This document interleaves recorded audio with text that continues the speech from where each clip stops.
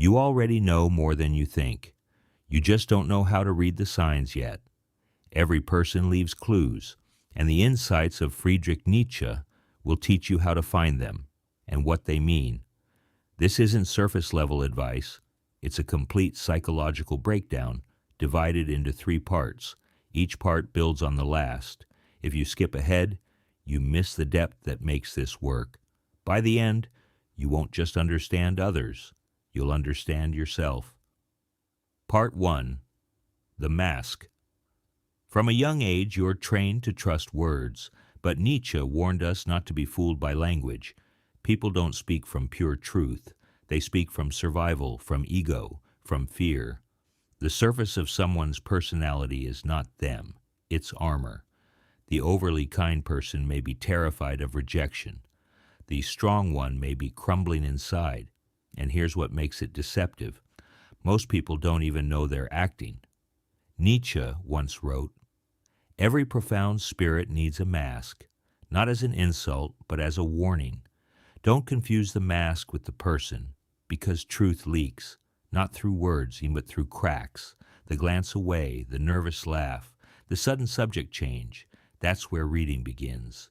Truth 1, everyone wears a mask to survive. Not because they're fake, because they're afraid. Watch what creates tension. Discomfort is the doorway to authenticity. Truth 2, what someone hates reveals what they hide. Projection. When someone constantly mocks arrogance, they're often insecure. When someone obsessively calls out dishonesty, they're hiding something. We hate in others what we refuse to face in ourselves. Don't just observe what someone admires, observe what they attack. Truth 3, silence speaks louder than words. Nietzsche saw language as a herd tool, often used to avoid reality. Notice pauses before answers, dodge topics, rehearsed responses. Avoided vulnerability reveals more than speech ever will. Truth 4, excessive virtue is often vanity in disguise.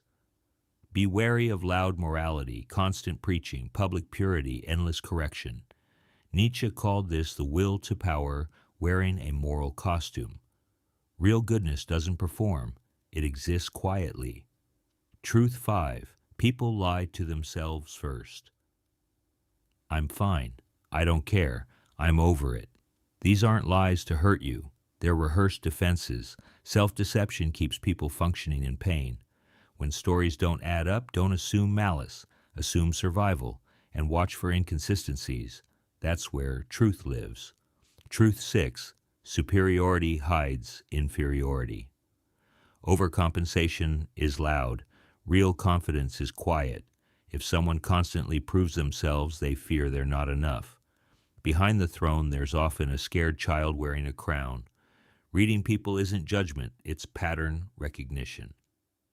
Part 2, where the mask cracks. Personality isn't fixed, it's a performance stitched together to survive. And when it's threatened, truth leaks out. Truth 7, most actions are driven by fear over explaining, dominating, disappearing, saying yes when they mean no, fear of rejection, abandonment, failure, loss of status. Stop asking what they want, ask what they're afraid to lose. Truth 8, chronic criticism is projection. The one who mocks emotion fears their own. The one who belittles appearance battles their reflection. Judgment is rarely about the target, it's about the speaker. Projection is confession. Truth 9, false confidence hides guilt. Watch leaders who perform certainty, excessive composure, defensiveness under pressure. When confidence feels rehearsed, it usually is. Peace doesn't perform. Truth 10, exaggeration reveals insecurity. I don't care what anyone thinks. I'm always happy. I never get jealous. Absolutes are tells. Extremes signal imbalance. When volume increases, insecurity hides beneath it. Truth 11, control masks inner chaos, obsessive micromanagement, inability to handle change, dominance disguised as strength. The stricter the outer shell, the more fragile the inner world. Control isn't power, it's fear of collapse. Truth 12, The louder the performance, the emptier the core. Look at modern identity performance, especially online. Endless visibility, curated perfection, constant updates. Noise often compensates for insecurity. The person who knows themselves doesn't need to be watched. They already feel whole. Part 3. The wound beneath the belief. Behind every behavior is a belief. Behind every belief is a wound. Nietzsche didn't just expose patterns, he illuminated their origin. Truth 13. People speak from pain, not logic. Arguments are rarely rational. They're protective. I don't believe in love. I don't trust anyone. Success is meaningless. These aren't philosophies, they're scars. To understand someone's belief, ask, what hurt them? What are they trying never to feel again? Truth 14. How someone treats weakness reveals their strength. Watch how they treat someone powerless, someone vulnerable, someone who makes a mistake. Mockery reveals fear. Compassion reveals healing. Restraint is strength. Truth 15. The fear of being forgotten drives attention knocking. The loudest person in the room may fear invisibility. Attention can be compensation for neglect. The ignored child becomes the dramatic adult. Not vanity, visibility hunger. Truth 16. Envy often disguises itself as criticism. People attack what they secretly admire. It's easier to tear down what reminds you of who you wish you were. Envy is unspoken desire. If you see it in others, you become immune to hate. If you see it in yourself, you become free. Truth 17. People repeat childhood roles. People don't change easily, they repeat. The unheard child becomes the adult who interrupts. The punished child becomes emotionally cold.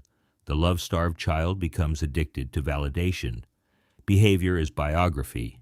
Ask not who they are, ask who they had to be. Truth 18. Patterns are confessions.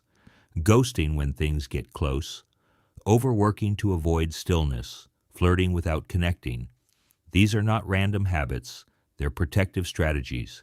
People show you where they were hurt, over and over.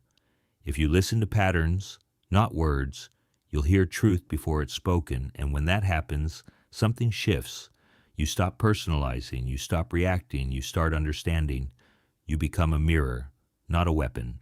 Final reflection. Every truth you just heard wasn't only about others, it was about you, your projections, your wounds, your performances.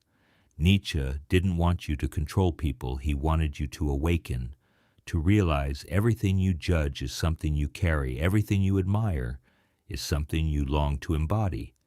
Reading others isn't manipulation, it's awareness, and awareness creates compassion. If one of these truths hit you harder than the rest, reflect on it. Which pattern felt familiar?